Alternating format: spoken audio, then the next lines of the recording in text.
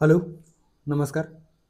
Classmate e learning या online प्लॅटफॉर्मवर तुम्हा सर्वांचं परत एकदा स्वागत आहे.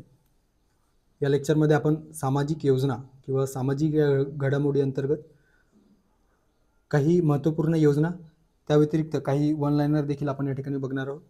सो साधारणतः वर्षभरातील जे काही महत्त्वपूर्ण इव्हेंट सामाजिक घडामोडी अंतर्गत झालेले आहेत, तर त्याचा आढावा आपण या ठिकाणी प्रश्नांच्या माध्यमातून घेणार आहोत. सो एक ओव्हरऑल एकंदरीतच हे या लेक्चर सिरीजमधलं सेकंड लास्ट लेक्चर असणार आहे. त्यानंतर एक लेक्चर आपण अपलोड करूया ज्याच्यामध्ये काही महत्त्वपूर्ण वन लाईनर पुस्तकांच्या संदर्भाने काही काही डेटा आहे वर्षभरातील, तर त्याचा विचार आपण करूयात. त्यानंतर ही जी काही बॅच आहे ते आपण कॉन्क्लूड करूयात. सो थेट आपण आपल्या लेक्चरला सुरू करूयात. आता पहिला जो प्रश्न या ठिकाणी विचारण्यात आलेला आहे तो एकंदरीतच PM धनधान्य योजनेच्या संदर्भाने एकंदरीत योग्य विधाने ओळखा असा प्रश्न विचारण्यात आलेला आहे. 2025-26च्या अर्थसंकल्पात ही योजना जाहीर करण्यात आली का? ब, ही योजना 2025-26 पासून 6 वर्षाच्या कालावधीसाठी, ओके, सो 2025-26 पासून 6 वर्षाच्या कालावधीसाठी राबवण्यात येणार आहे. त्यानंतर क विधान आहे, कृषीतील उत्पादकता वाढविणे, शाश्वत विकासाला किंवा शाश्वत पद्धतीला प्रोत्साहन देणे व शेतकऱ्यांची उपजीविका सुधारणे यावर भर देण्यात आले आहे. आणि क विधान आहे ड विधान असणार आहे, ही योजना नीती आयोगाच्या महत्त्वाकांक्षी जिल्हा कार्यक्रमापासून प्रेरित आहे. सो एकंदरीतच PM धनधान्य कृषी योजनेच्या बाबतीत प्रश्न विचारला जाऊ शकतो. अत्यंत महत्त्वाची योजना आहे जी 2025 मध्ये सुरू करण्यात आलेली योजना आपल्याला दिसून येतो.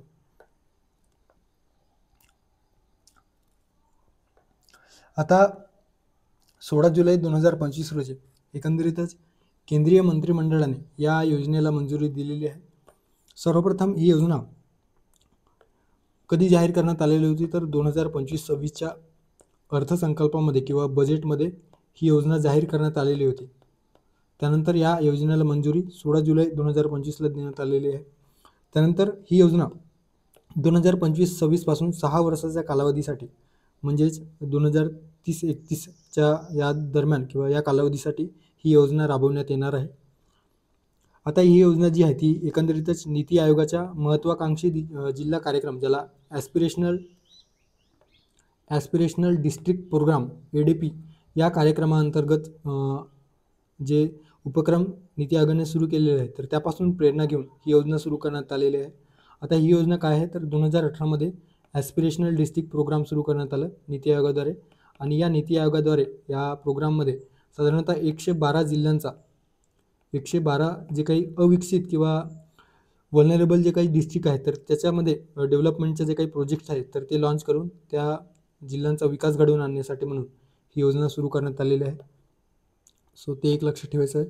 त्यानंतर या योजनेत सुधारित सिंचन, साठवणूक, कर्ज उपलब्धता आणि शाश्वत पद्धतीद्वारे शेती उत्पादकता वाढवण्यासाठी असे 100 जे जिल्हे आहेत सो या 100 कमी विकसित किंवा कमी कामगिरी करणाऱ्या जिल्ह्यांचा विचार या ठिकाणी करण्यात येणार आहे. सो कृषीच्या बाबतीत जे काही व्हल्नरेबल आहेत किंवा अविकसित जिल्हे आहेत तर त्यावर या ठिकाणी भर देण्यात आलेला आहे. उत्पादकता वाढवण्यासाठी, शाश्वत पद्धतीला प्रोत्साहन देण्यासाठी आणि उपजीविका सुधारण्यासाठी म्हणून एक व्यापक कृषी कार्यक्रम म्हणून ही योजना सुरू करण्यात आलेली आहे. ही योजना 11 केंद्रीय मंत्रालयीन आणि 11 केंद्रीय मंत्रालयाअंतर्गत 36 कृषी योजनांचे किंवा 36 योजनांचे या ठिकाणी समावेश किंवा विलीनीकरण करण्यात आलेलं आहे. आता महत्त्वाकांक्षी जिल्हा कार्यक्रम जे आहे ते जानेवारी 2018मध्ये सुरू करण्यात आलेली होती. जे 112 अविकसित जिल्ह्यांमध्ये 112 अविकसित जिल्ह्यांमध्ये एकंदरीतच नीती आयोगाद्वारे त्या जिल्ह्यांचा विकास घडवून आणण्यासाठी म्हणून हा जो प्रोग्राम आहे ते सुरू करण्यात आलेला होता. ओके, सो त्यावर आधारित नवीन योजना म्हणून PM धनधान्य कृषी योजना या ठिकाणी केंद्र सरकारद्वारे सुरू करण्यात आलेली आहे. आता आपल्याला या ठिकाणी योग्य विधान विचारलेलं होतं. 2025-26च्या अर्थसंकल्पात ही योजना जाहीर करण्यात आली, बरोबर आहे. ब आहे, ही योजना 2025-26 पासून 6 वर्षाच्या कालावधीकरिता किंवा कालावधीत राबवण्यात येणार आहे, हे देखील योग्य आहे.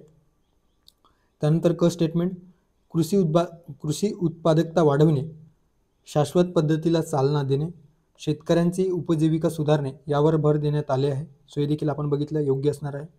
आणि ड जे विधान आहे तर ड मध्ये ही योजना नीती आयोगाच्या महत्त्वाकांक्षी जिल्हा कार्यक्रमापासून प्रेरित आहे. सो या ठिकाणी ड देखील योग्य विधान असणार आहे. सो वरील सर्व विधान या ठिकाणी बरोबर आहे आणि तसा पर्याय या ठिकाणी आपल्याला दिसून येतो पर्याय क्रमांक 4. सो या प्रश्नाचा योग्य पर्याय आहे पर्याय क्रमांक 4. त्यानंतर पुढच्या प्रश्नाकडे जाऊयात.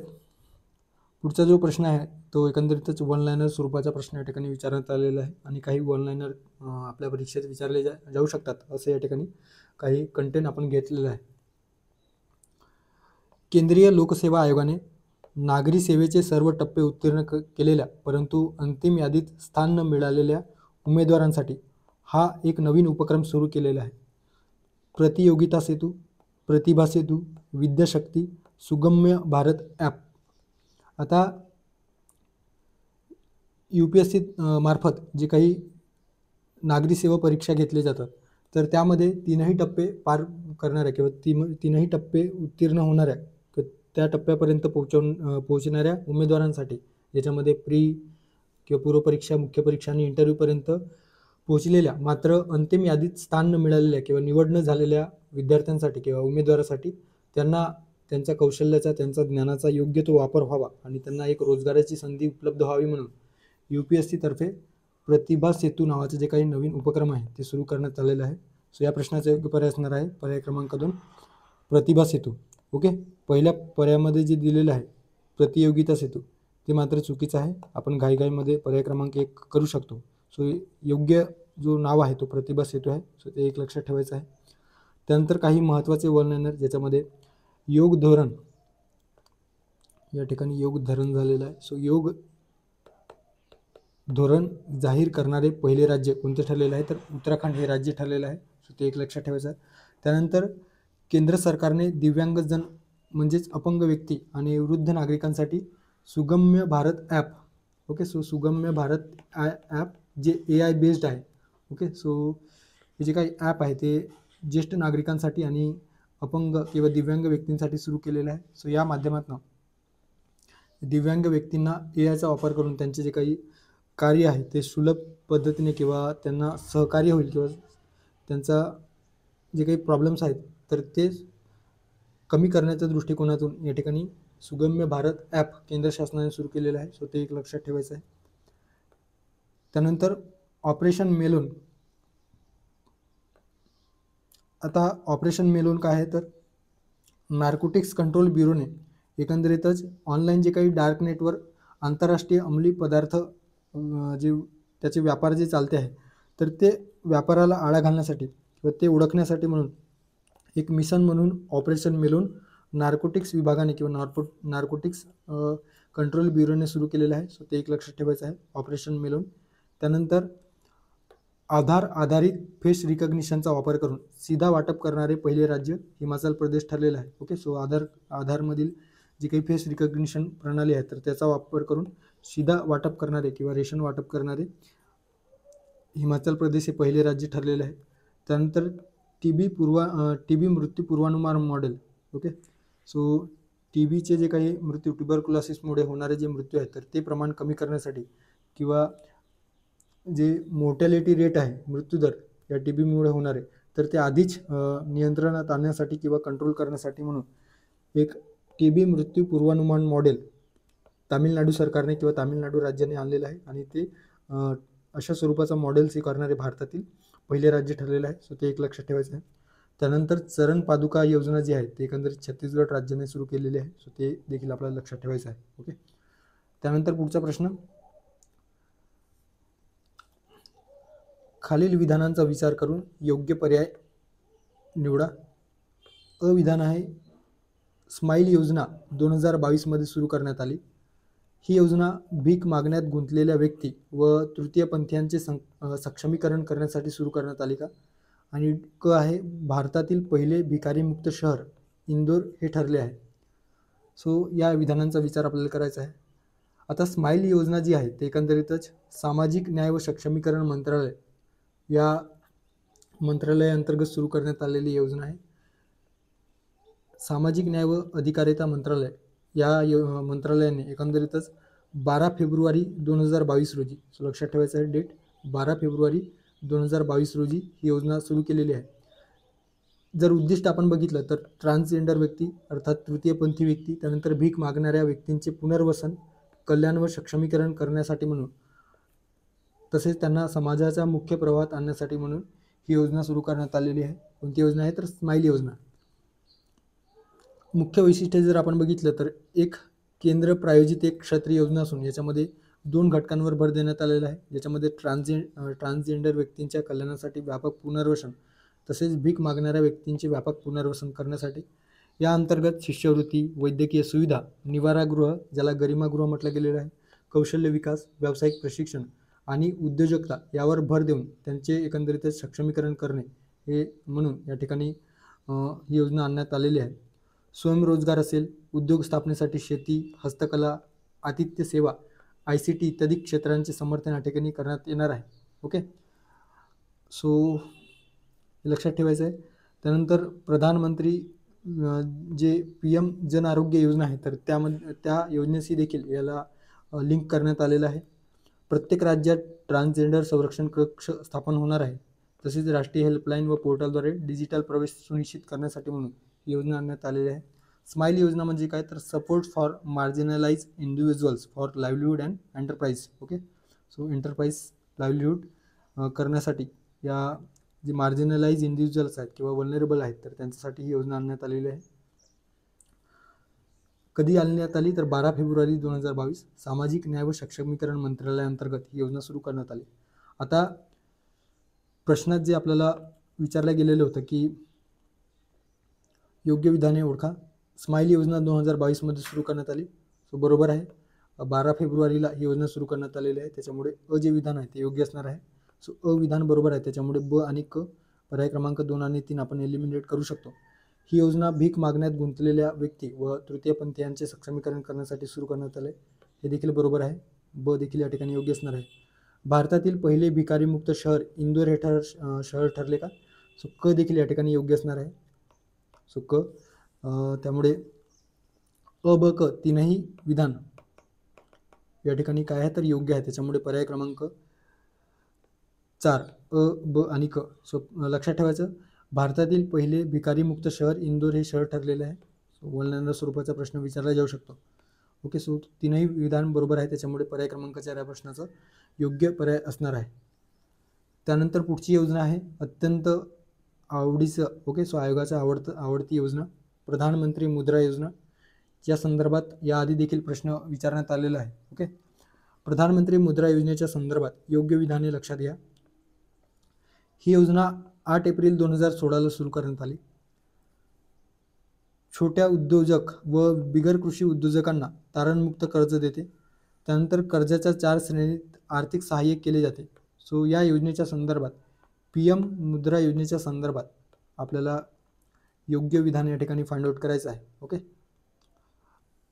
आता PM मुद्रा योजना कधी आणण्यात आली तर लक्षात ठेवायचं आहे, PM मुद्रा योजना 8 एप्रिल 2015. सो 8 एप्रिल 2015ला ही योजना आणण्यात आलेली आहे. भारत सरकारची एक महत्त्वाकांक्षी योजना आहे.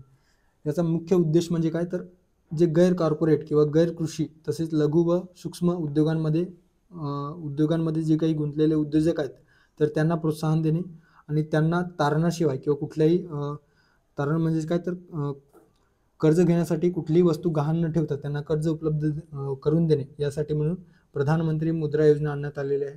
सो थोडक्यात वित्तीय समावेशांच्या दृष्टिकोनातून देखील ही योजना सुरू करण्यात आल्याचे आपण म्हणू शकतो.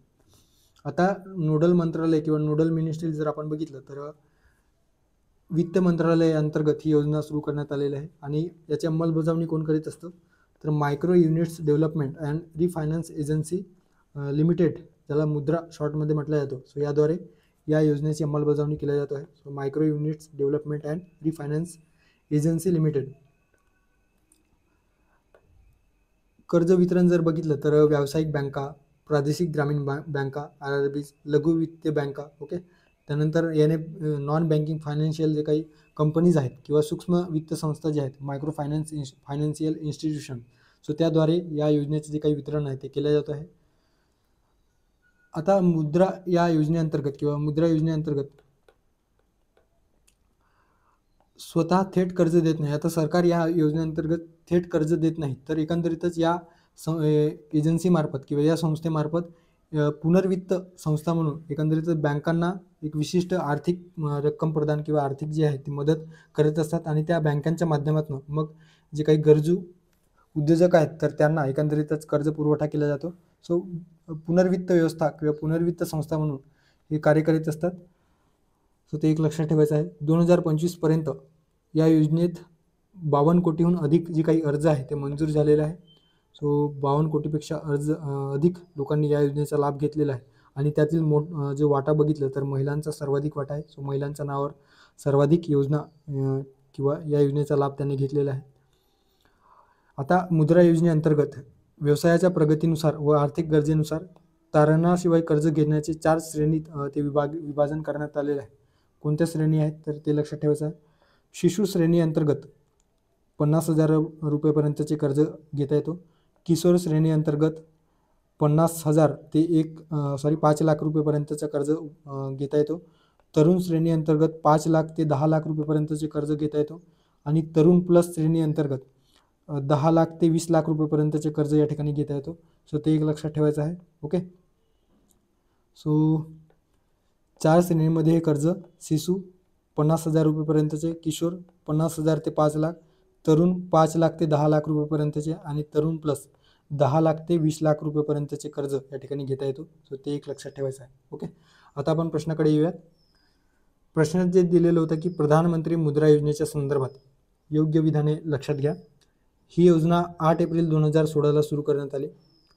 छोट्या उद्योजक व बिगर कृषी उद्योजकांना तारणमुक्त कर्ज देते. कर्जाच्या 4 श्रेणीत आर्थिक सहाय्य केले जाते. सो आपल्याला योग्य विधान या ठिकाणी फाइंड आउट करायचं आहे. आता आपण या ठिकाणी बघितलेलं आहे की ही योजना 8 एप्रिल 2015ला सुरू करण्यात आलेली आहे आणि अविधानात दिलेलं आहे की 8 एप्रिल 2016. सो जे विधान आहे ते चुकीचं आहे. या ठिकाणी 2016 नव्हे तर 2015 पाहिजे होतं. त्यामुळे अविधान जर आपण बघितलं तर अविधान असणारा आपण पर्याय एलिमिनेट करू शकतो. ओके.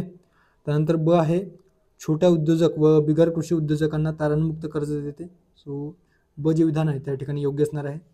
आणि कर्जाच्या 4 श्रेणीत आर्थिक सहाय्य दिले जाते. सो सुरुवातीला 3च श्रेणीमध्ये आर्थिक सहाय्य देता येत होतं. मात्र 2024मध्ये एक नवीन श्रेणी ज्याला तरुण प्लस श्रेणी म्हटला जातो आणि या अंतर्गत 10 ते 20 लाख रुपयेपर्यंतचे कर्ज देता येतो. सो ते एक लक्षात ठेवायचं. नवीन श्रेणीचा समावेश 2024मध्ये करण्यात आला. सो असे 4 श्रेणी अंतर्गत जे काही कर्ज पुरवठा आहे ते करण्यात येतो आहे. त्यामुळे ब आणि क असणारा पर्याय जर आपण बघितलं तर पर्याय क्रमांक 2 फक्त ब आणि क बरोबर आहे. मात्र जे विधान आहे त्या ठिकाणी चुकीचं असणार आहे. ओके. त्यानंतर पुढे जाऊयात. पुढचा प्रश्न आहे भारतातील पहिले तृतीयपंथी किंवा तृतीयपंथीयांनी चालवलेले आरोग्य क्लिनिक येथे सुरू करण्यात आले. ओके. सो भारतातील पहिले तृतीयपंथीयांनी चालवलेले आरोग्य क्लिनिक कोणत्या शहरात सुरू करण्यात आलेलं आहे? सुरत, इंदोर, हैदराबाद, पुणे. सो लक्षात ठेवायचं या ठिकाणी भारतातील पहिले तृतीयपंथीयांनी चालवलेले आरोग्य क्लिनिक कुठं सुरू करण्यात आले तर हैदराबाद या ठिकाणी. सो हैदराबाद या प्रश्नाचा योग्य पर्याय असणार आहे पर्याय क्रमांक 3. ओके. पर्याय क्रमांक 3 या प्रश्नाचं योग्य पर्याय आहे असं आपण म्हणू शकतो. त्यानंतर हे जे काही क्लिनिक आहे ते टाटा ट्रस्टच्या निधीच्या सहाय्याने किंवा टाटा ट्रस्टच्या माध्यमातून पुन्हा सुरू करण्यात आलेलं आहे. याचे नाव काय आहे तर सबरंग. ओके. सो सबरंग नावाचं जे काही क्लिनिक आहे तर ते पहिले तृतीयपंथीयांसाठी सुरू करण्यात आलेले किंवा तृतीयपंथीयांनी चालवलेले आरोग्य क्लिनिक आहे. पूर्वी त्याला मित्र क्लिनिक देखील म्हटले जायचे. सो त्याच्यामध्ये काही सुधारणा करून किंवा जे काही बंद झालेली ही क्लिनिक आहे ते पुन्हा सुरू करण्यात आलेले आहे सबरंग या नावाने. सो हे नाव देखील आपल्याला लक्षात ठेवायचं आहे. त्यानंतर इतर काही महत्त्वपूर्ण वन लाइनर ज्याच्यामध्ये मुख्यमंत्री नियुक्त योजना कोणत्या राज्याची आहे तर आसामची आहे. सो ते एक लक्षात ठेवायचं आहे. त्यानंतर शालेय शिक्षणातील लिंगनिरपेक्ष धोरण कोणत्या राज्यामध्ये सुरू करण्यात आलेलं आहे? सो शालेय शिक्षणामध्ये लिंगनिरपेक्ष धोरण शिकवण्याला सुरुवात केरळ राज्यामध्ये सुरू करण्यात आलेले आहे. त्यानंतर सार्वजनिक परीक्षा अनुचित मार्गांचा प्रतिबंध अधिनियम 2024. सो स्पर्धा परीक्षांमध्ये मोठ्या प्रमाणामध्ये गैरप्रकार होतो तर त्याला आळा घालण्यासाठी केंद्रीय स्तरावर जो ॲक्ट आणण्यात आलेला आहे 2024मध्ये तर ते कधीपासून लागू झालेलं आहे असा प्रश्न विचारला जाऊ शकतो. सो लक्षात ठेवायचं आहे 21 जून 2024 पासून लागू झालेला आहे. त्यानंतर नीती आयोगाच्या शाश्वत विकास ध्येय निर्देशांकाच्या बाबतीत आपल्याला लक्षात ठेवायचं आहे, यावर प्रश्न विचारला जाऊ शकतो. ओके, आता आपण जे काही वेगवेगळे निर्देशांक मागच्या वर्षी बघितलेलं होतं राज्यसेवा पूर्वच्या अनुषंगाने, तर त्यामध्ये आपण हे सविस्तर डिस्कस केलेलं आहे. सो ते देखील तुम्ही बघू शकता, यूट्यूबवर ते अवेलेबल आहे. ओके, भारताचा स्कोर या निर्देशांकाअंतर्गत 2023-24मध्ये किती आहे तर 71 स्कोर आहे 100पैकी, जे 2020-21मध्ये 66 होतं. सो ते एक लक्षात ठेवायचं आहे.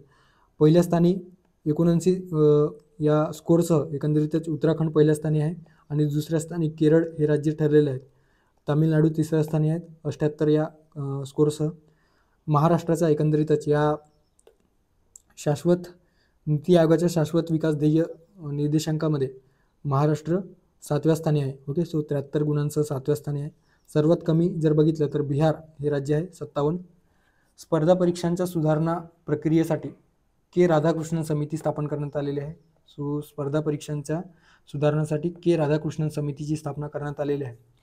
पूर्व भारतातील पहिले अपंग विद्यापीठ कुठं स्थापन करण्यात आलेलं आहे तर रांची येथे स्थापन करण्यात आलेलं आहे किंवा सुरू करण्यात आलेलं आहे. सो ते एक लक्षात ठेवायचं आहे. पूर्व भारतातील पहिले अपंग विद्यापीठ रांची या ठिकाणी सुरू करण्यात आलेलं आहे. त्यानंतर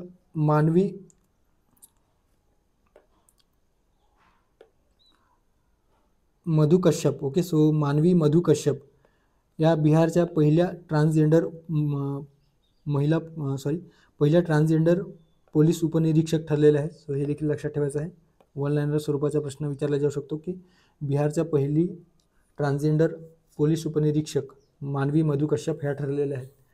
त्यानंतर PM श्री योजनेच्या बाबतीत लक्षात ठेवायचं आहे, कधी सुरू झाली असा प्रश्न विचारला तर 7 सप्टेंबर 2022ला PM श्री योजना सुरू करण्यात आलेली आहे.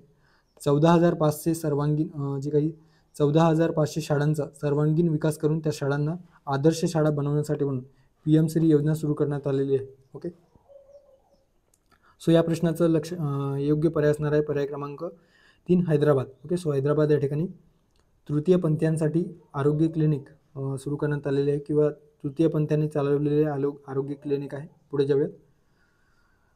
त्यानंतरचा प्रश्न आणि 2024च्या मुख्य परीक्षेमध्ये राज्यसेवा मुख्य परीक्षेमध्ये यावर प्रश्न विचारलेलं होतं. पंतप्रधान इंटर्नशिप योजनेच्या संदर्भात योग्य विधाने ओळखा असा प्रश्न या ठिकाणी विचारण्यात आलेला आहे. ही योजना ऑक्टोबर 2024मध्ये सुरू करण्यात आली. कमी उत्पन्न असलेल्या कुटुंबातील 18 ते 24 वर्षे वयोगटातील युवकांना देशातील नामांकित कंपन्यात 12 महिन्यांसाठी इंटर्नशिप सेवा दिली जाते. सरकारकडून दरमहा 4,500 रुपये स्टायपंड मिळतो. या अंतर्गत विमा योजनेचे संरक्षण देखील प्राप्त होत आहे. सो या ठिकाणी जे विधान आहे ते कोणते विधान योग्य असणार आहे?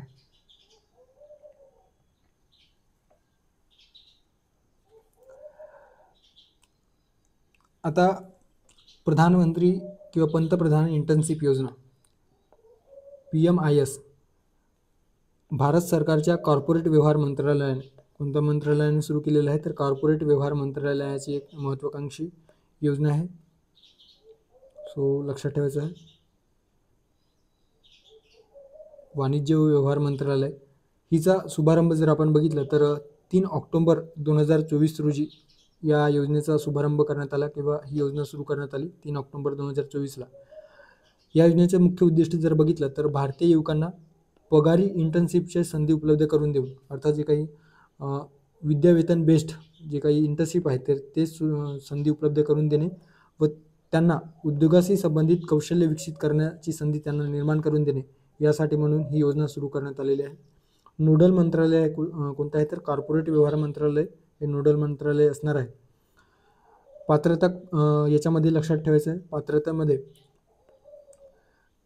जे भारतीय युवक आहेत तर त्यांची वयाची पात्रता 21 ते 24 या वयोगटातील भारतीय युवक यासाठी पात्र आहेत. किमान 12वी उत्तीर्ण, पदवी, ITI, पॉलिटेक्निक, डिप्लोमा पूर्ण केलेले किंवा सध्या पूर्णवेळ शिक्षण किंवा नोकरीत नसलेले. ओके, सो पूर्णवेळ शिक्षणात किंवा नोकरीत नसलेले असे जे काही उमेदवार आहेत किंवा विद्यार्थी आहेत तर त्यांच्यासाठी ही योजना आणण्यात आलेली आहे. याचा कालावधी किती महिन्यांचा असणार आहे तर लक्षात ठेवायचं 12 महिन्यांसाठी, म्हणजेच 1 वर्षाची एक पगारी इंटर्नशिप उपलब्ध करून देण्यात येणार आहे. आर्थिक सहाय्य जर बघितलं तर एकंदरीत 5,000 रुपये त्यांना मासिक स्टायपंड या ठिकाणी मिळणार आहे किंवा या योजनेच्या माध्यमातून. यापैकी 4,500 सरकारकडून DBTद्वारे अर्थात डायरेक्ट बेनिफिट ट्रान्सफरद्वारे 4,500 सरकारकडून, तर 500 ज्या कंपन्यांमध्ये ते काम करत आहेत किंवा इंटर्नशिप योजना अंतर्गत ज्या कंपन्यांमध्ये त्यांचा समावेश आहे, तर त्या कंपन्यांकडून 500 प्रतिमाह तर 4,500 रुपये सरकारकडून मिळणार आहे. आणि एका वेळेस जॉईनिंगनंतर 6,000 रुपयेची ग्रँट देखील त्यांना मिळणार आहे. शासकीय सामाजिक सुरक्षा योजनेखाली जे काही वेगवेगळे विमा योजना आहेत, तर या विमा योजनेचा देखील त्यांना लाभ मिळणार आहे. ओके, सो किमान 6 महिन्यांचे प्रशिक्षण किंवा इंटर्नशिप पूर्ण केल्याच्या नंतर एकंदरीतच टॉप कंपन्यांकडून किंवा उच्च कंपन्यांकडून व्यावसायिक प्रमाणपत्र देखील त्यांना प्राप्त होईल. उद्दिष्ट जर बघितलं तर शैक्षणिक शिक्षण किंवा प्रत्यक्ष कामाच्या कौशल्यांमधील दरी भरून काढणे. भारतातील टॉप 500 कंपन्यांमध्ये 5 वर्षात ही योजना किती वर्षासाठी आणण्यात आलेली आहे तर 5 वर्षामध्ये 1 कोटी इंटर्नशिपची संधी उपलब्ध करून देणे म्हणून ही योजना सुरू करण्यात आलेली आहे. युवकांचे रोजगार क्षमतेत वाढ करून सरकारच्या कुशल व रोजगारक्षम भारत या दृष्टिकोनाला गती देणे व भारताला जगाची कौशल्य राजधानी बनवणे यासाठी ही योजना सुरू करण्यात आलेली आहे. आता आपण या पंतप्रधान इंटर्नशिप योजनेच्या संदर्भात जे प्रश्न आपल्याला विचारले आहेत त्याचा विचार करूयात. अविधान या ठिकाणी दिलेलं आहे. ही योजना ऑक्टोबर 2024 मध्ये आणण्यात आली का? सो बरोबर आहे. 3 ऑक्टोबर 2024 मध्ये ही योजना सुरू करण्यात आली, त्यामुळे अ विधान आहे त्या ठिकाणी योग्य असणार आहे. कमी उत्पन्न असलेल्या कुटुंबातील 18 ते 24 वयोगटातील युवकांना देशातील नामांकित कंपन्यांमध्ये 12 महिन्यांसाठी इंटर्नशिप सेवा दिली जाते. सो या ठिकाणी 18 ते 24 नसून एकंदरीतच 21 ते 24 वयोगटातील युवकांसाठी आहे, त्याच्यामुळे ब जे विधान आहे ते ब विधान या ठिकाणी चुकीचं आहे. मात्र 12 महिन्यांसाठी त्यांना इंटर्नशिप सेवा दिली जाते, हे मात्र या ठिकाणी हे जे स्टेटमेंट आहे या ठिकाणी ते बरोबर आहे असणार आहे. मात्र 18 ते 24 नसून 21 ते 24 असा वयोगट आहे, त्यामुळे ब जे विधान आहे ते चुकीचं आहे. सरकारकडून दरमहा यासाठी 4,500 रुपये स्टायपंड मिळते, बरोबर आहे. सरकारकडून 4,500 रुपये प्लस 500 रुपये ज्या कंपन्यांमध्ये ते काम करत आहेत किंवा इंटर्नशिप सेवा देत आहेत, तर असे एकूण 5,000 रुपये जे काही मासिक स्टायपंड आहे तर त्या संबंधित उमेदवाराला प्राप्त होत आहे, त्यामुळे क जे विधान आहे त्या ठिकाणी योग्य असणार आहे. आणि या योजनेअंतर्गत विविध जे काही सामाजिक सुरक्षा विमा योजनेचे संरक्षण देखील प्राप्त होते आहे का? सो हे देखील बरोबर आहे. सो या ठिकाणी ब वगळता इतर जे काही स्टेटमेंट आहे ते बरोबर आहे. अ क ड, सो पर्याय क्रमांक 1 फक्त अ क ड या प्रश्नाचा योग्य पर्याय असणार आहे. त्यानंतर पुढे जाऊयात. पुढचा प्रश्न, हे राज्य पूर्ण कार्यात्मक साक्षरता प्राप्त करणारे भारतातील पहिले राज्य ठरलेले आहे. सो ते एक लक्षात ठेवायचं आहे. मणिपूर, मिझोराम, गोवा, हिमाचल प्रदेश. सो कोणते राज्य पूर्ण कार्यात्मक साक्षरता प्राप्त करणारे पहिले राज्य ठरलेले आहे? आता पूर्ण कार्यात्मक साक्षरता प्राप्त करणारे भारतातील पहिले राज्य मिझोराम ठरलेलं आहे, त्यामुळे या ठिकाणी या प्रश्नाचा योग्य पर्याय असणार आहे पर्याय क्रमांक 2 मिझोराम.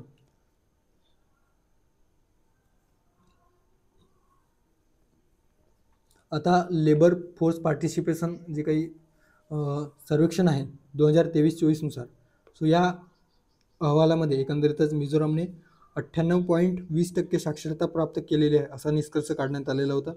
आणि त्याद्वारे मिझोराम हे पूर्ण कार्यात्मक साक्षरता बनणारे भारतातील पहिले राज्य ठरलेले आहे. सो पर्याय क्रमांक 2 या प्रश्नाचा योग्य पर्याय असणार आहे. शिक्षण मंत्रालयाच्या उल्हास कार्यक्रमांतर्गत पूर्ण कार्यात्मकता साक्षरतेसाठी जो काही निकष ठरवण्यात आलेला आहे 95% पेक्षा अधिक, सो ते मिझोरामने पूर्ण केलेले आहे. ओके, याआधी लडाख जून 2024 मध्ये लडाख या पूर्णपणे कार्यात्मक साक्षर घोषित झालेला पहिला केंद्रशासित ठरलेला होता. त्यानंतर पहिले राज्य मिझोराम हे ठरलेलं आहे. ओके, आता काही महत्त्वपूर्ण वन-लाइनर. 5 वर्षामध्ये संविधानातील 22 भारतीय भाषांमध्ये अभ्यास साहित्य निर्माण करून किंवा उपलब्ध करून देणे किंवा उपलब्ध करण्यासाठी एकंदरीतच प्रोजेक्ट अस्मिता नावाची योजना पुढील 5 वर्षात राबवण्यात येणार आहे. ओके, सो प्रोजेक्ट अस्मिता काय आहे तर भारतीय भाषांमध्ये जे काही अभ्यास साहित्य आहे UGC अंतर्गत, तर ते राबवण्यासाठी म्हणून प्रोजेक्ट अस्मिता आणण्यात आलेले आहे. सो भारतीय भाषांमध्ये ते निर्माण करण्यात येणार आहे. सो 22 भारतीय भाषांच्या बाबतीत आपल्याला या ठिकाणी लक्षात ठेवायचं आहे. ओके, प्रोजेक्ट अस्मिता. त्यानंतर भारतातील पहिले भूमिगत संग्रहालय हुमायून जागतिक वारसा स्थळ संग्रहालय कुठे आहे, तर नवी दिल्ली या ठिकाणी. ओके, सो भारतातील पहिले भूमिगत संग्रहालय कुठे स्थापन करण्यात आले, तर हुमायून जागतिक वारसा स्थळ संग्रहालय नवी दिल्ली या ठिकाणी. कौशल्य विकास अभ्यासक्रमासाठी कमाल कर्ज मर्यादेसह मॉडेल कौशल्य कर्ज योजना, ज्याला रिवॅम्प्ड डेप्ट स्किल म्हटलं गेलं रिवॅम्प्ड स्किल लोन जे आहे, मॉडेल कौशल्य कर्ज योजना ज्याला म्हटलं गेलेलं आहे, याची कर्ज मर्यादेमध्ये वाढ करण्यात आलेली आहे. ही योजना 2015 पासून सुरू झालेली योजना आहे आणि सुरुवातीला 1 लाख रुपये किंवा 1.5 लाख रुपये या अंतर्गत जे काही कर्ज आहे ते दिले जात होते. आता 7.5 लाख रुपयेपर्यंत जे कर्ज आहे ते या कौशल्य कर्ज योजनेअंतर्गत, मॉडेल कौशल्य कर्ज योजनेअंतर्गत देण्यात येणार आहे. त्यानंतर लाल डोरा मुक्त राज्य कोणते ठरलेलं आहे, तर हरियाणा. सो लाल डोरा म्हणजे काय, तर ज्या जमिनीशी वादविवाद जे होतात तर ते मुक्त असणारे राज्य, अशी इनिशिएटिव्ह ज्याला लाल डोरा म्हटलं गेलेलं आहे. सो हरियाणा हे राज्य ठरलेलं आहे. भारतातील पहिले राईस ATM लक्षात ठेवायचं आहे, ओडिसा या ठिकाणी स्थापन करण्यात आलेलं आहे. महत्त्वाचं आहे, भारतातील पहिले राईस ATM कुठं, तर ओडिसा या ठिकाणी स्थापन झालेलं आहे. IIT दिल्लीच्या अबुधाबी कॅम्पसचे उद्घाटन करण्यात आलेलं आहे. सो IIT दिल्लीने आपलं जे काही कॅम्पस आहे ते अबुधाबी या ठिकाणी स्थापन केलेलं आहे. सो या ठिकाणी उद्घाटन केलेलं आहे. याआधी झांझिबार IIT मद्रास या संस्थेने सर्वात आधी भारतातील पहिली IIT संस्था ठरलेली होती, ज्यांनी भारताबाहेर आपली कॅम्पस स्थापन किंवा आपलं जे काही संस्था आहे ते स्थापन केलेलं होतं. सो IIT मद्रास झांझिबार या ठिकाणी, जे टांझानियाचे आहे, सो टांझानिया या ठिकाणी IIT मद्रासने स्थापन केलेलं होतं आणि भारतातील पहिली IIT संस्था ती ठरलेली होती. सो एक लक्षात ठेवायचं आहे. त्यानंतर पुढे जाऊयात. पुढचा प्रश्न, काही सामाजिक सुरक्षेची योजना जे एका दिवशी लॉन्च करण्यात आलेलं होतं, तर त्या अनुषंगाने या ठिकाणी माइंड मॅपच्या सहाय्याने आपण हे बघूयात. अटल पेन्शन योजनेच्या संदर्भात योग्य विधाने ओळखा. ही योजना 9 मे 2017ला सुरू करण्यात आली. संघटित क्षेत्रातील लोकांना आर्थिक सुरक्षा प्रदान करण्यासाठी म्हणून ही योजना सुरू करण्यात आली का. त्यानंतर लाभार्थी पात्रता 18 ते 40 वयोगटातील व्यक्ती आहेत आणि वयाच्या 60 वर्षानंतर सदस्यांना त्यांच्या योगदानाच्या आधारावर मासिक पेन्शनची योजना, हमी योजना या अंतर्गत या माध्यमातून प्राप्त होत आहे. सो आपल्याला अटल पेन्शन योजनेच्या संदर्भात या ठिकाणी योग्य विधान फाइंड आउट करायचं आहे. सो बघूयात. सर्वात आधी आपण अटल पेन्शन योजनेच्या संदर्भात आणि त्यानंतर प्रश्नाचा विचार करूयात. त्यानंतर जे काही इतर योजना आहेत त्याचा विचार करूयात. आता सामाजिक सुरक्षेची योजना म्हणून 9 मे 2015ला एकंदरीत 3 योजना सुरू करण्यात आल्या. ज्याच्यामध्ये प्रधानमंत्री जीवन ज्योती विमा योजना, त्यानंतर प्रधानमंत्री विमा सुरक्षा योजना किंवा प्रधानमंत्री सुरक्षा विमा योजना आणि अटल पेन्शन योजना. सो अटल पेन्शन योजनेच्या बाबतीत लक्षात ठेवायचं आहे, असंघटित क्षेत्रातील लोकांना किंवा कामगारांसाठी ही योजना सुरू करण्यात आलेली आहे. राष्ट्रीय पेन्शन प्रणालीच्या किंवा NPSच्या माध्यमातून एक पेन्शन निधी नियामक प्राधिकरण याद्वारे ही योजना प्रशासित किंवा राबवली जाते. आता या योजनेअंतर्गत 18 ते 40 वयोगटातील जे काही बँकधारक आहेत, ओके, बँक खातेधारक, त्यांच्यासाठी ही योजना खुली असणार आहे. अर्जदार आयकर भरणारे नसावेत किंवा इन्कम टॅक्स भरणारे नसावेत असा या ठिकाणी निकष लावण्यात आलेला आहे. सदस्यांना त्यांच्या योगदानाच्या आधारावर वयाच्या 60 वर्षानंतर रुपये 1,000, 2,000, 3,000 किंवा 4,000 किंवा 5,000 रुपयेपर्यंतचे जे काही मासिक पेन्शन आहे ते वयाच्या 60 वर्षानंतर मिळणार आहे. ओके, सो ते या ठिकाणी एक योगदान स्वरूपाची योजना असणार आहे. सो योगदान आधारित ही अटल पेन्शन योजना असणार आहे.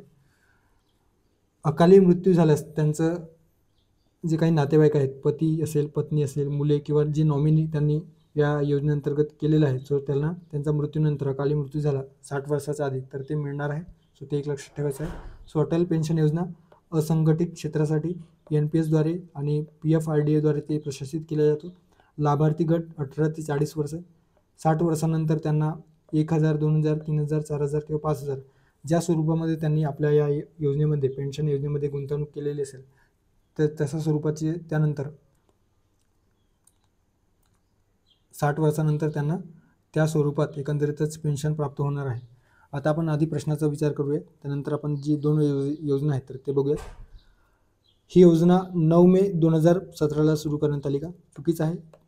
आपण या ठिकाणी आताच बघितलं, ही योजना 9 मे 2015ला सुरू करण्यात आलेली आहे, त्याच्यामुळे जे विधान आहे ते चुकीचं आहे. सो 2015 या ठिकाणी पाहिजे होतं. संघटित क्षेत्रातील लोकांना आर्थिक सुरक्षा प्रदान करण्यासाठी ही योजना सुरू करण्यात आली. सो संघटित क्षेत्रासाठी आहे का, तर ती असंघटित क्षेत्रासाठी आहे. असंघटित क्षेत्र नॉन ऑर्गनाइज सेक्टरसाठी आहे. सो ते एक लक्षात ठेवायचं आहे. त्यानंतर लाभार्थी पात्रता आपण बघितलं, 18 ते 40 वयोगट बरोबर आहे. वयाच्या 60 वर्षानंतर सदस्यांना त्यांच्या योगदानाच्या आधारावर मासिक पेन्शनची हमी या योजनेच्या माध्यमातून प्राप्त होत आहे. सो हे देखील बरोबर आहे. सो या ठिकाणी क आणि ड हे जे स्टेटमेंट आहे ते दोन्ही स्टेटमेंट या ठिकाणी योग्य आहे. सो क आणि ड असणारा पर्याय आहे पर्याय क्रमांक 2. सो पर्याय क्रमांक 2 या प्रश्नाचं योग्य आन्सर असणार आहे. आता जे काही इतर योजना आहेत, अटल पेन्शन योजना आपण बघितलं, त्यानंतरची जी योजना आहे त्याच्यामध्ये प्रधानमंत्री जीवन ज्योती योजना आपण बघूयात. प्रधानमंत्री जीवन ज्योती योजना ही 1 वर्षाची एक विमा कवच या ठिकाणी प्राप्त होत आहे. सो कोणत्याही कारणास्तव मृत्यू झाल्यास या जीवन विमा योजनेअंतर्गत एकंदरीतच साधारणतः 2 लाख रुपयेपर्यंतचे जे काही जीवन विमा आहे ते प्राप्त होत आहे. सो लक्षात ठेवायचं आहे, 1 वर्षाची योजना आहे आणि दरवर्षी याचे जे काही नूतनीकरण आहे किंवा अपडेटेशन आहे तर या योजनेअंतर्गत करावे लागते. सो कोणत्याही कारणामुळे मृत्यू झाल्यास त्यांना संबंधित मृत्यू झालेल्या कुटुंबियांना विमा कवच किंवा विमा प्रोव्हाइड करण्याचे काम या प्रधानमंत्री जीवन ज्योती विमा योजनेअंतर्गत केले जाते आहे. लाभार्थी पात्रता जर बघितलं तर याच्यामध्ये 18 ते 50 वयोगटातील व्यक्ती यांचे वैयक्तिक बँक व पोस्ट ऑफिस खाते असणे अपेक्षित आहे. 50 वर्ष पूर्ण होण्यापूर्वी या योजनेत सामील झालेले लोक नियमित प्रीमियम भरल्यास सो विशिष्ट अशी प्रीमियम या ठिकाणी भरावी लागते. किती प्रीमियम आहे तर लक्षात ठेवायचं 436 रुपये प्रतिवर्ष. सो 436 रुपये प्रतिवर्ष भरून एकंदरीतच या योजनेचा लाभ घेता येतो किंवा ही योजना आहे तर ते त्या योजनेअंतर्गत प्रधानमंत्री जीवन ज्योती विमा योजनेचा लाभ घेता येतो. 50 वर्ष पूर्ण होण्यापूर्वी या योजनेत सामील झालेले जे लोक आहेत तर नियमित प्रीमियम भरल्यास 55 वर्षापर्यंत देखील जे काही जीवन जोखीम संरक्षण आहे त्यांना मिळू शकते. 2 लाख रुपयेपर्यंत जीवन विमा या अंतर्गत मिळतो आहे. सो व्यक्तीचे मृत्यू झाल्यास तर त्याच्या कुटुंबाला 2 लाख रुपयेपर्यंतची विमा मिळतो आहे. त्यानंतर प्रधानमंत्री सुरक्षा विमा योजना. सो प्रधानमंत्री सुरक्षा विमा योजनेच्या बाबतीत 1 वर्षाची अपघाती विमा आहे. सो या आधीची जी काही जीवन ज्योती विमा योजना आहे तर ते मृत्यू झाल्याच्या नंतर विमा मिळायचे. मात्र प्रधानमंत्री सुरक्षा विमा योजना जी आहे ती अपघाती विमा योजना आहे. अपघातामुळे मृत्यू किंवा अपंगत्व आल्यास दरवर्षी विमा कव्हरेज देते आणि तिचे नूतनीकरण करणे हे देखील दरवर्षी अपेक्षित असते किंवा आवश्यक असते.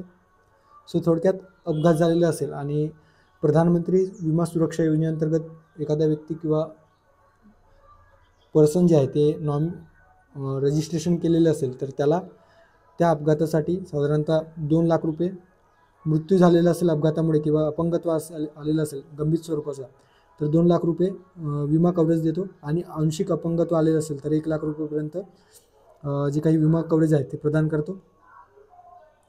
पात्रता जर बघितलं तर 18 ते 70 वयोगटातील जे व्यक्ती आहेत तर आणि ज्यांचे वैयक्तिक बँक किंवा पोस्ट ऑफिस बँक खाते आहे सो अशांना या योजनेचा लाभ घेता येतो. सो 18 ते 70 आणि वैयक्तिक बँक तसेच पोस्ट ऑफिसमध्ये खाते असणे अपेक्षित आहे.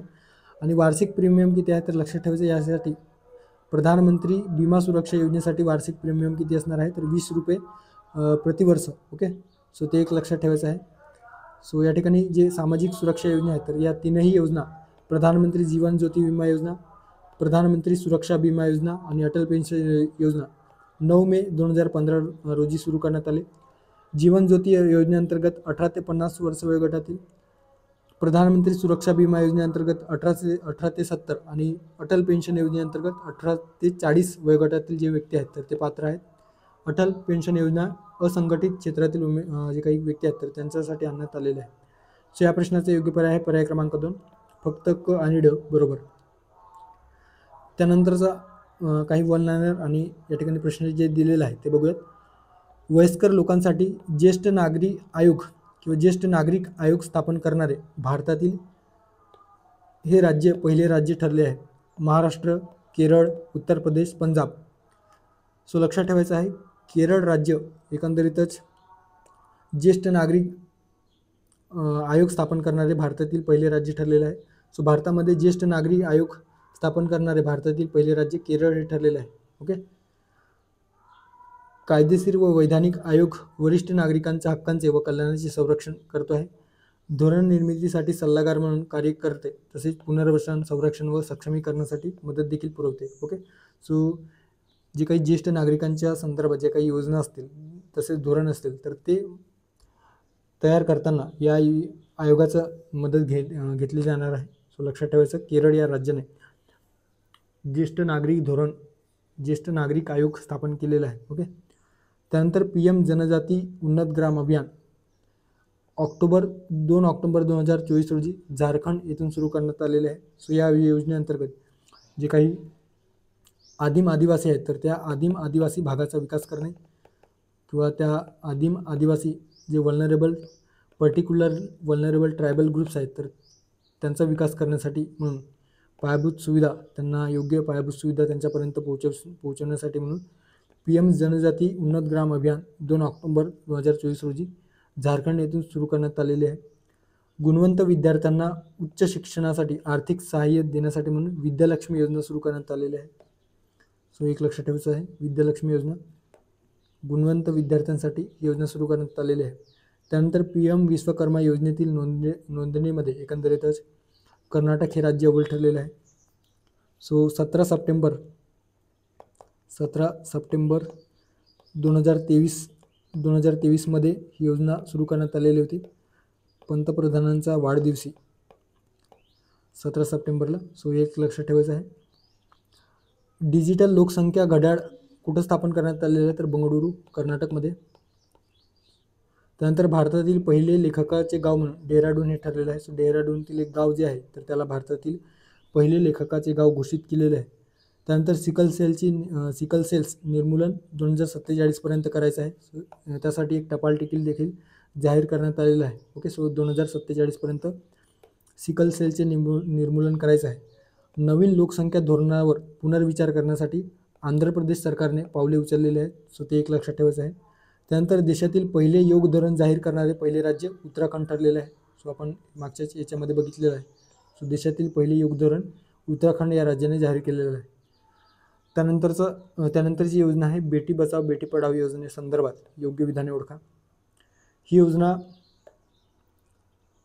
22 जानेवारी 2015ला हरियाणातील सोनीपत येथून सुरू झाली.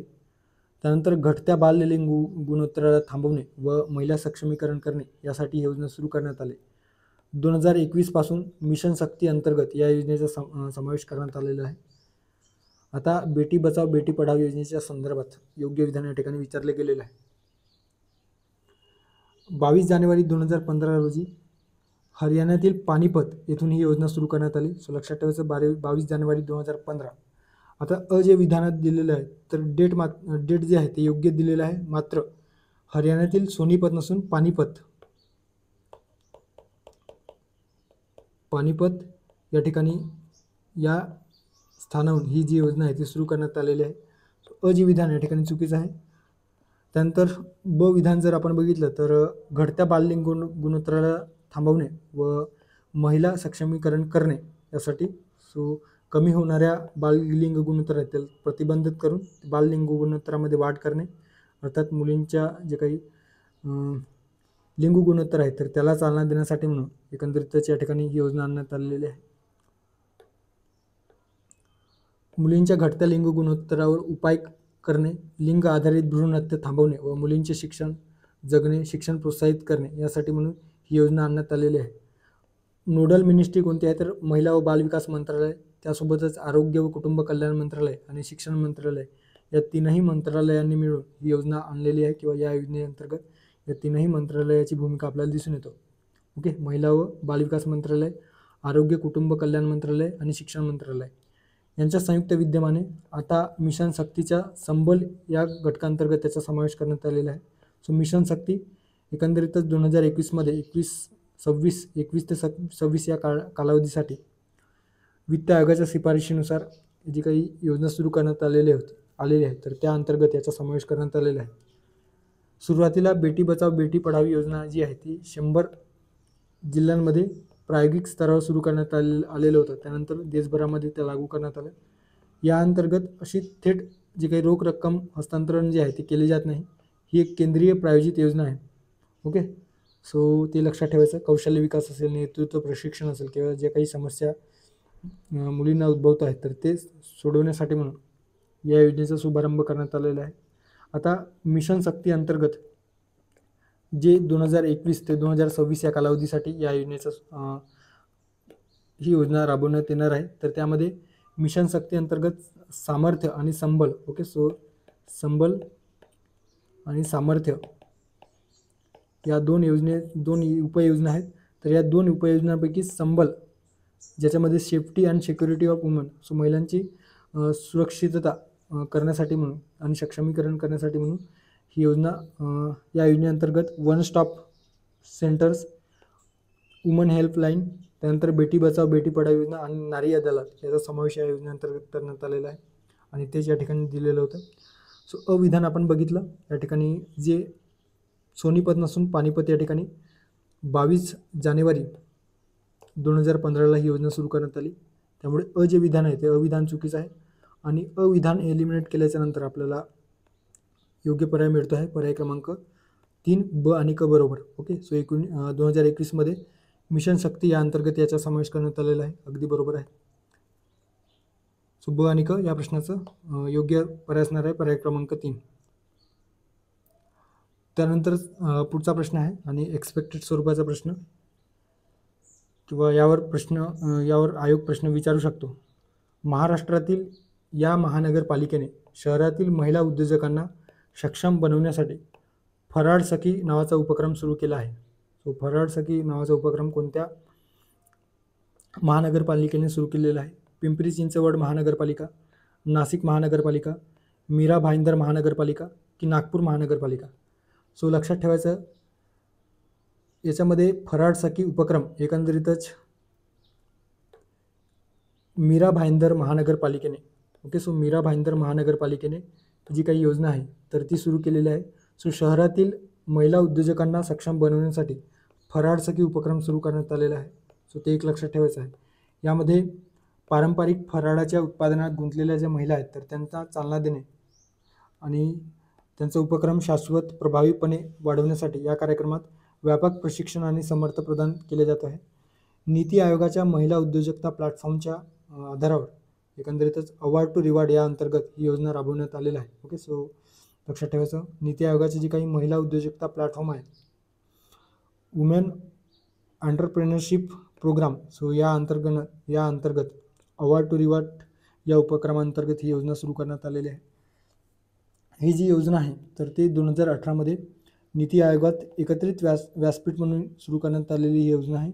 एक छत्री व्यासपीठ 2022मध्ये सार्वजनिक खाजगी भागीदारीत ही योजना रूपांतरित झालेली आहे. ओके, महिला उद्योजकांना सक्षम बनवणे या महिला उद्योजकता प्लॅटफॉर्म या योजनेचा शुभारंभ आहे नीती आयोगातर्फे.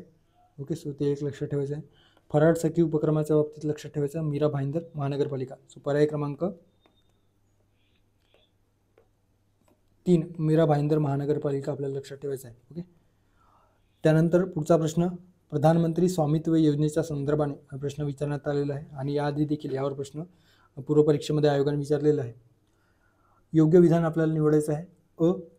ग्रामीण संपत्तीची नोंदणी करण्यासाठी पंतप्रधानांनी 24 एप्रिल 2021 रोजी अखिल भारतीय स्तरावर स्वामित्व योजनेचा शुभारंभ केला. ब आहे ही योजना पंचायत राज मंत्रालयाच्या वतीने राबवण्यात येते. या योजनेअंतर्गत ग्रामीण घरांचे व जमिनीचे मॅपिंग करून घर मालकाला मालमत्ता कार्ड दिला जातो. मिझोराम हे राज्य या योजनेअंतर्गत संपत्ती कार्ड वितरित करणारे ईशान्य भारतातील पहिले राज्य ठरलेले आहे. सो असे या ठिकाणी 4 स्टेटमेंट दिलेलं आहे. ओके. आता स्वामित्व योजना काय आहे तर survey of villages and mapping with improvise technology in village areas. Okay. So survey of villages and mapping with improvise technology in villages areas याला स्वामित्व योजना म्हटलं गेलेलं आहे. थोडक्यात ग्रामीण भागातील जे काही संपत्ती आहे किंवा घराचे एकंदरीतच किंवा जमिनीचे दस्तऐवजीकरण करण्यासाठी म्हणून ऑनलाईन पद्धतीने ही योजना सुरू करण्यात आलेली आहे. सो पंतप्रधानांच्या हस्ते एकंदरीतच राष्ट्रीय पंचायत राज दिनी 24 एप्रिल 2020मध्ये, सो लक्षात ठेवायचं 24 एप्रिल 2020मध्ये पायलट प्रोजेक्ट किंवा प्रायोगिक स्तरावर ही योजना सुरू करण्यात आलेली होती. मात्र संपूर्ण देशात या योजनेची जी काही अंमलबजावणी आहे ती एकंदरीतच 24 एप्रिल 2021 रोजी करण्यात आलेली आहे. सो लक्षात ठेवायचं संपूर्ण देशामध्ये 2021 24 एप्रिल आपल्याला लक्षात राहील, कारण पंचायत राज दिनानिमित्त ही योजना सुरू करण्यात आलेली आहे. मात्र प्रायोगिक स्तरावर 2020मध्ये योजना सुरू करण्यात आलेली होती. ग्रामीण भागातील घरकुल धारकांना किंवा घरधारकांना किंवा घर मालकांना कायदेशीर मालकी हक्काचे दस्तऐवजीकरण किंवा property card record of rights प्रदान करणे, ग्रामीण भारताचे सामाजिक व आर्थिक सक्षमीकरण करणे, तसेच मालमत्ता तारण ठेवून कर्ज किंवा वित्तीय सहाय्य मिळण्यासाठी सोय होणार आहे. अचूक जमाबंदी किंवा मालकी नोंदीद्वारे मालमत्तेवरील वाद कमी होणार आहे. ग्रामपंचायतींना भौगोलिक माहिती वापरून किंवा जिओस्पेशल डेटा वापरून अधिक चांगल्या पद्धतीने जमिनीचे मूल्यांकन करण्यासंदर्भात किंवा संपत्तीचे मूल्यांकन करण्यासंदर्भाने मदत मिळणार आहे.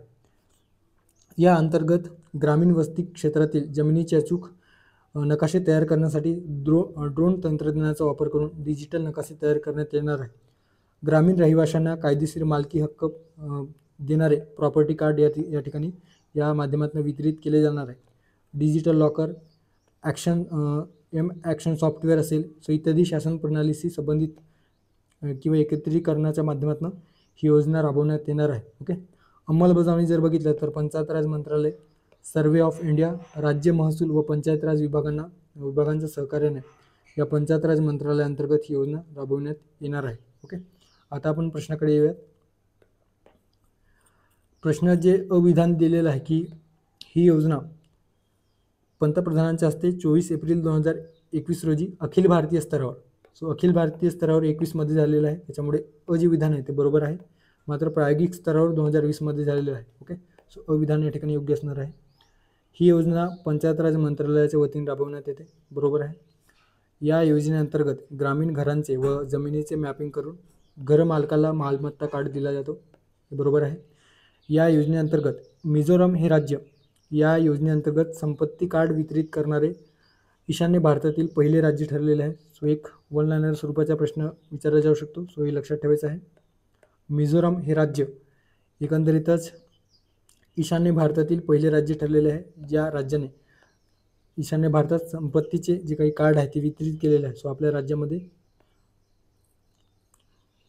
या योजनेअंतर्गत संपत्ती कार्ड वितरित करणारे ईशान्य भारतातील पहिले राज्य मिझोराम हे ठरलेलं आहे. सो 4ही विधान या ठिकाणी योग्य असणार आहे, त्यामुळे पर्याय क्रमांक 3 वरील सर्व बरोबर या प्रश्नाचं योग्य पर्याय आहे असं आपण म्हणू शकतो. ओके. त्यानंतर पुढचा प्रश्न, आणि या ठिकाणी काही राज्यांच्या योजना दिलेल्या आहेत आणि आपल्याला चुकीची जोडी फाइंड आउट करायला सांगितलं गेलेली आहे. खालीलपैकी चुकीची जोडी ओळखा. शक्ती योजना कर्नाटक, दीपम योजना आंध्र प्रदेश, सुभद्रा योजना ओडिसा, इंदिरा अम्मा योजना तामिळनाडू. सो यापैकी आपल्याला चुकीची जोडी कोणती आहे ते आपल्याला ओळखायचं आहे. आता साधारणतः 25+ जे काही वेगवेगळ्या राज्याच्या योजना आहेत त्या ठिकाणी तुम्हाला मिळून जाईल. सो कोणत्या राज्याची कोणती योजना आहे जोडाला स्वरूपात प्रश्न विचारला तर लक्षात आपल्याला ती माहिती असायला हवी. सो यन प्राऊड प्रकल्प जे आहे ते लक्षात ठेवायचं, केरळ या राज्याने. आता यन प्राऊड प्रकल्प म्हणजे काय तर जे काही हानिकारक ड्रग्ज आहेत किंवा जे वैद्यकीय मेडिसिन्स आहेत तर त्याची योग्य विल्हेवाट लावण्यासाठी म्हणून यन प्राऊड नावाचं जे काही प्रकल्प आहे ते केरळने सुरू केलेलं आहे. त्यानंतर मुख्यमंत्री महिला उद्यमिता अभियान आसाम राज्याची आहे. आयुष्मान वय वंदन योजना दिल्ली सरकारने सुरू केलेला आहे. पार्थ योजना मध्य प्रदेश. त्यानंतर राजीव युवा विकासम योजना तेलंगणा. शहीद माधवसिंग हातखर्च योजना ओडिसा. लक्षात ठेवायचं, ओडिसा या राज्यामध्ये शहीद माधवसिंग हातखर्च योजना सुरू करण्यात आलेली आहे. दीपम योजना आंध्र प्रदेश, जे आपल्याला या ठिकाणी विचारला गेलेला आहे. दीपम योजना आंध्र प्रदेश बरोबर असणार आहे. त्यानंतर शक्ती योजना कर्नाटकची शक्ती योजना आहे, व ते एक लक्षात ठेवायचं आहे. दीपम योजनेअंतर्गत जे काही मोफत सिलेंडर जे आहे LPG सिलेंडर ते प्रोव्हाइड केला जातो एकंदरीतच आंध्र प्रदेशमध्ये. शक्ती योजना जे काही बसेस आहेत महिलांसाठी विशेष बस कर्नाटक या राज्याने सुरू केलेले आहे, त्याला शक्ती योजना म्हटलं गेलेलं आहे. कर्नाटक सो पर्याय एक देखील या ठिकाणी योग्य असणार आहे. सुभद्रा योजना लक्षात ठेवायचं, ओडिसा या राज्याने सुरू केलेलं आहे सुभद्रा योजना, सो ओडिसा. त्यानंतर इंदिरा अम्मा आवास योजना तेलंगणा राज्याने सुरू केलेला आहे. सो इंदिरा अम्मा आवास योजना लक्षात ठेवायचं, तामिळनाडू नसून त्या ठिकाणी तेलंगणा.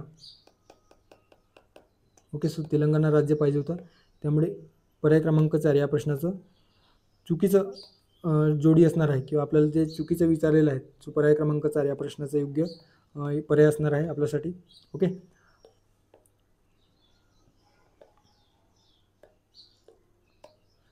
त्यानंतर इतरही काही महत्त्वाच्या योजना वेगवेगळ्या राज्याचा. मध्य प्रदेश वृंदावन ग्राम योजना मध्य प्रदेश राज्याची आहे. श्रमिक बसेरा योजना कामगारांसाठी गुजरात.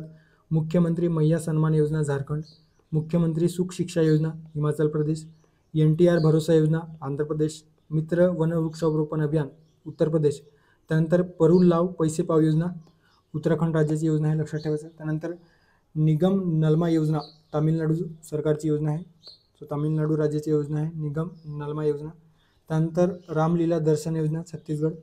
योग्यश्री योजना पश्चिम बंगाल, लक्षात ठेवायचं, योग्यश्री योजना पश्चिम बंगाल. महातारी वंदन योजना छत्तीसगड. युवा निधी योजना कर्नाटक. गृहलक्ष्मी विश्वकर्मा योजना राजस्थान. गृहलक्ष्मी योजना कर्नाटकची आहे. गृहलक्ष्मी योजना कर्नाटक राज्याची आहे, सो ते एक लक्षात ठेवायचं.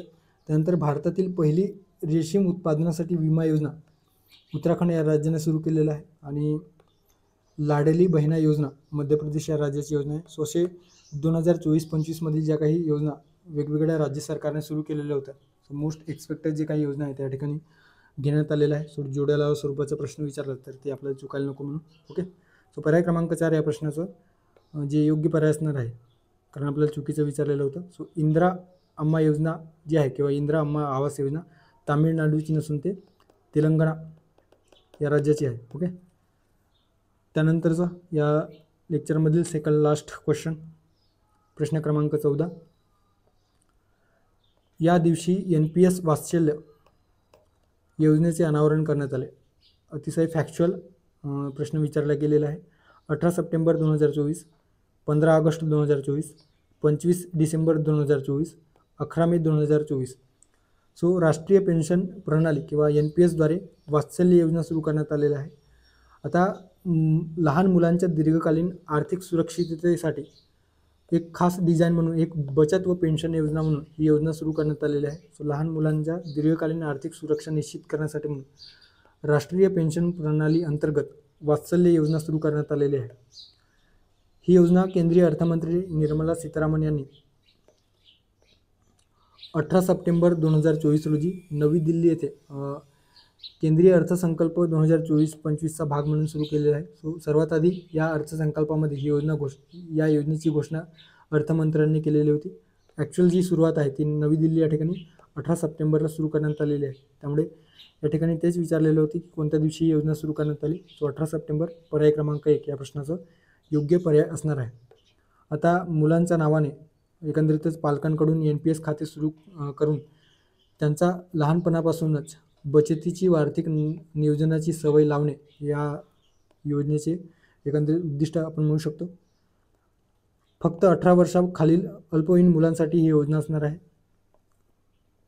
या अंतर्गत जे खाते आहेत ते पालक किंवा जे काही पालक वर्ग आहेत किंवा संरक्षक आहेत ते उघडणार आहेत. 18 वर्ष पूर्ण होईपर्यंत तेच त्या खात्यामध्ये एकंदरीतच विशिष्ट जी रक्कम आहे ती जमा करणार आहेत. किमान वार्षिक योगदान किती असणार आहे तर 1000 रुपये किमान वार्षिक योगदान या योजनेअंतर्गत ठरवण्यात आलेलं आहे. 18 वर्ष पूर्ण झाल्याच्या नंतर हे जे खाते आहेत एकंदरीतच आपोआप automated NPS tyre 1 okay. So national pension system या अंतर्गत रूपांतरित होणार आहे आणि त्यानंतर मुलगा किंवा मुलगी स्वतः ते जी काही NPS जी योजना आहे ती कॅरी फॉरवर्ड करू शकतात. या योजनेचे जे काही नियमन आहे ते PFRDA या संस्थेमार्फत नियंत्रित केलं जाईल किंवा नियमन केलं जाईल. आयकर अधिनियम किंवा आयकर जी काही कर मर्यादा आहे तर त्या मर्यादेतून याला सूट देण्यात आलेलं आहे. सो आयकर अधिनियम अंतर्गत या योजनेला कर लाभ देण्यात आलेला आहे. बँका, इंडिया पोस्ट, नोंदणीकृत POPs ओके. त्यानंतर नॅशनल पेन्शन सिस्टम पोर्टलद्वारे खाते उघडणे व व्यवहार करणे सोपे होईल यासाठी म्हणून ही योजना आणण्यात आलेली आहे. सो पर्याय क्रमांक 1 18 सप्टेंबर 2024ला NPS वात्सल्य योजना सुरू करण्यात आलेली आहे. सो ते एक लक्षात ठेवायचं आहे. त्यानंतर या लेक्चरमधील शेवटचा प्रश्न असणार आहे प्रधानमंत्री विश्वकर्मा योजना. सो PM विश्वकर्मा योजनेच्या संदर्भात योग्य विधाने ओळखा.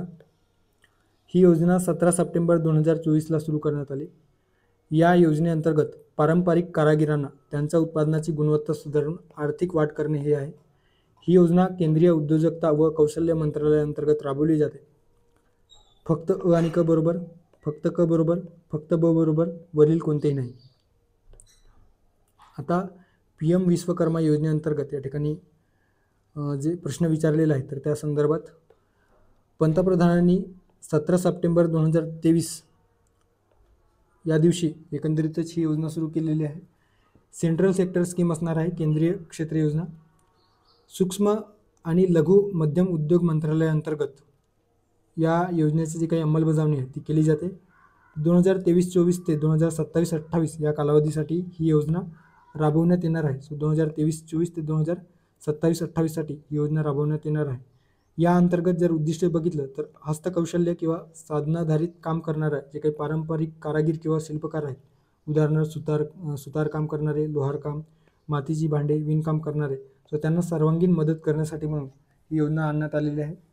कारागिरांना विश्वकर्मा म्हणून मान्यता देऊन त्यांना कौशल्य उन्नतीकरण, कर्ज सहाय्य, विपणन, डिजिटल व्यवहार प्रोत्साहन मिळवून देणे हे या योजनेचे उद्दिष्ट आहे. नवीन तंत्रज्ञान व टूलकिट्स उपलब्ध करून उत्पादन क्षमता किंवा उत्पादनाची गुणवत्ता वाढवण्यावर देखील भर देण्यात येणार आहे. या अंतर्गत त्यांना 2 महिन्याचे किंवा 2 स्तरांचे प्रशिक्षण, कौशल्य प्रशिक्षण देण्यात येणार आहे आणि या प्रशिक्षणादरम्यान दररोज त्यांना 500 रुपये जे काही मानधन आहे ते मिळणार आहे. ओके. हमी विरहित कर्ज देखील या ठिकाणी मिळणार आहेत 5% व्याज सवलतीच्या दरावर. टूलकिट घेण्यासाठी त्यांना 15,000 रुपयेपर्यंतचे जे काही टूलकिट्स आहेत तर ते घरपोच एकंदरीतच इंडिया पोस्टमार्फत करण्यात येणार आहे. विपणन सहाय्य जर आपण बघितलं तर गुणवत्ता प्रमाणपत्र, ब्रँड प्रमोशन, जाहिरात, ई-कॉमर्स प्लॅटफॉर्मवर विक्रीची संधी या अंतर्गत करण्यात आलेली आहे.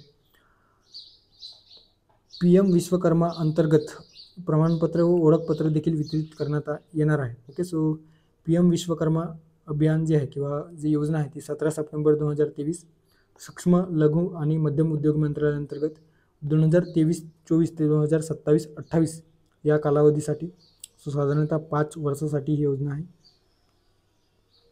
ओके. हस्तकौशल्य किंवा साधन आधारित जे काम करणारे पारंपरिक कारागीर आहेत किंवा शिल्पकार आहेत त्यांच्यासाठी ही योजना आणण्यात आलेली आहे. आता प्रश्नाकडे येऊयात. प्रश्नात जे दिलेलं होतं की ही योजना 17 सप्टेंबर 2024ला सुरू करण्यात आली. सो 17 सप्टेंबर 2024 आहे का, तर चुकीचं आहे, ते 2023 आहे. सो वर्ष लक्षात ठेवायचं 17 सप्टेंबर 2023. त्यामुळे जे विधान आहे ते अविधान या ठिकाणी चुकीचं असणार आहे.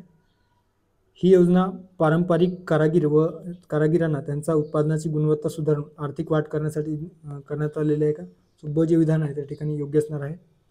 ही योजना केंद्रीय उद्योजकता व कौशल्य मंत्रालयाअंतर्गत राबवण्यात येते, चुकीचं आहे. सो ही योजना सूक्ष्म MSME या मंत्रालयाअंतर्गत, सूक्ष्म, लघु आणि मध्यम उद्योग मंत्रालयाअंतर्गत राबवण्यात येतो, त्यामुळे जे विधान आहे ते देखील चुकीचं आहे. सो फक्त ब या ठिकाणी योग्य आहे आणि आपल्याला योग्य विचारलेलं होतं. सो फक्त ब असणारा पर्याय आहे पर्याय क्रमांक 3. सो पर्याय क्रमांक 3 फक्त ब या प्रश्नाचं योग्य पर्याय असणार आहे. सो असे जे काही महत्त्वपूर्ण प्रश्न आहेत आपण या ठिकाणी बघितलेले आहे. या व्यतिरिक्त काही महत्त्वपूर्ण ऑनलाईन बघूयात. One liner not online. अखिल भारतीय तंत्र शिक्षण परिषदेने अर्थात AICTE ने 2025 हे वर्ष कृत्रिम बुद्धिमत्तेचे वर्ष म्हणून घोषित केले. सो लक्षात ठेवायचं आहे AICTE. Okay, so AICTE Akhil Bharatiya शिक्षण तंत्र परिषदेने हे वर्ष 2025 हे वर्ष कृत्रिम बुद्धिमत्ते किंवा AI वर्ष म्हणून घोषित केले. त्यानंतर जल जीवन मिशनचा विस्तार 2028 पर्यंत करण्यात आलेला आहे. 15 ऑगस्ट 2019 पर्यंत होतं. या अंतर्गत सुरुवातीला 2022 पर्यंत, त्यानंतर 2024 असे वाढ करण्यात आले आणि अलीकडे 2028 पर्यंत ही योजना सुरू असणार आहे. त्यानंतर सन्मानाने मरण्याचा अधिकार देणारे जे काही राज्य आहे ते कर्नाटक हे राज्य ठरलेलं आहे. काशी तामिळ संगमची तिसरी आवृत्ती उत्तर प्रदेशातील वाराणसी येथे आयोजित करण्यात आलेली आहे. सो लक्षात ठेवायचं काशी तामिळ संगमची तिसरी आवृत्ती उत्तर प्रदेशातील वाराणसी या ठिकाणी आयोजित करण्यात येणार आहे किंवा आलेली आहे. मृदा आरोग्य कार्ड या योजनेला 10 वर्ष पूर्ण झालेले आहे. कधी योजना सुरू झालेली होती?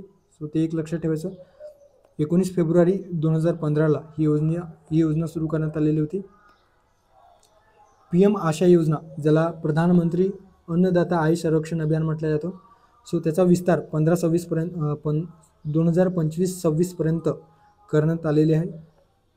ही योजना 2018 साली सुरू करण्यात आलेली योजना आहे. सो लक्षात ठेवायचं आहे PM आशा योजना 2018 साली सुरू करण्यात आलेली योजना आहे ज्याला प्रधानमंत्री अन्नदाता आय संरक्षण अभियान म्हटलं जातं. In short PM Asha.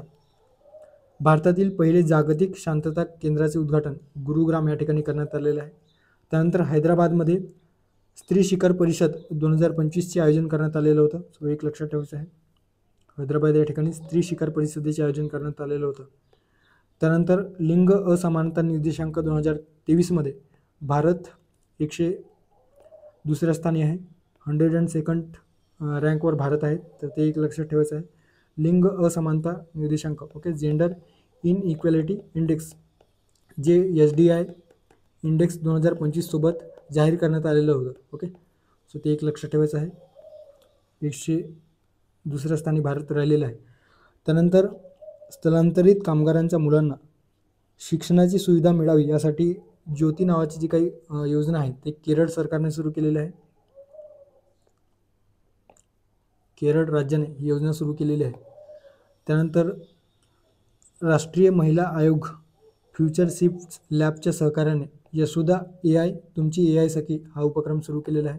So महिलांना AI बाबतीत जागृत करण्यासाठी आणि त्यांचे सक्षमीकरण घडवून आणण्यासाठी फ्युचर शिफ्ट लॅबच्या माध्यमातून राष्ट्रीय महिला आयोगाने यशोदा AI तुमची AI सखी हा उपक्रम सुरू केलेला आहे.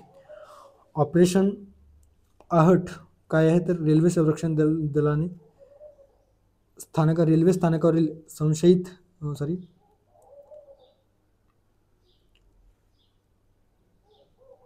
ओके, सो या ठिकाणी मानवी तस्करीला आळा घालण्यासाठी किंवा रोखण्यासाठी म्हणून एक ऑपरेशन आहट नावाची जी काही रेल्वे संरक्षण दलाने सुरू केलेली ही योजना आहे. सो ते एक लक्षात ठेवायचं आहे.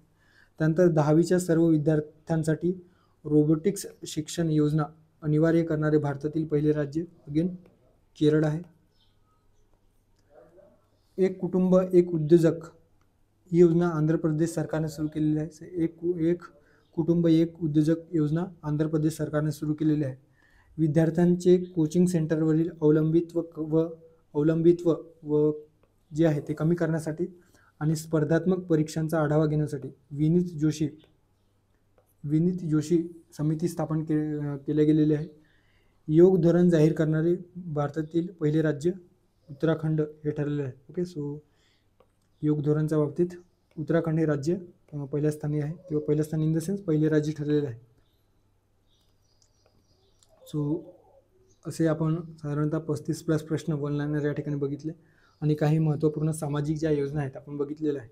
या व्यतिरिक्त योजनांच्या संदर्भाने एक लेक्चर आपण यूट्यूबवर अपलोड केलेलं आहे, ते देखील तुम्ही बघू शकता.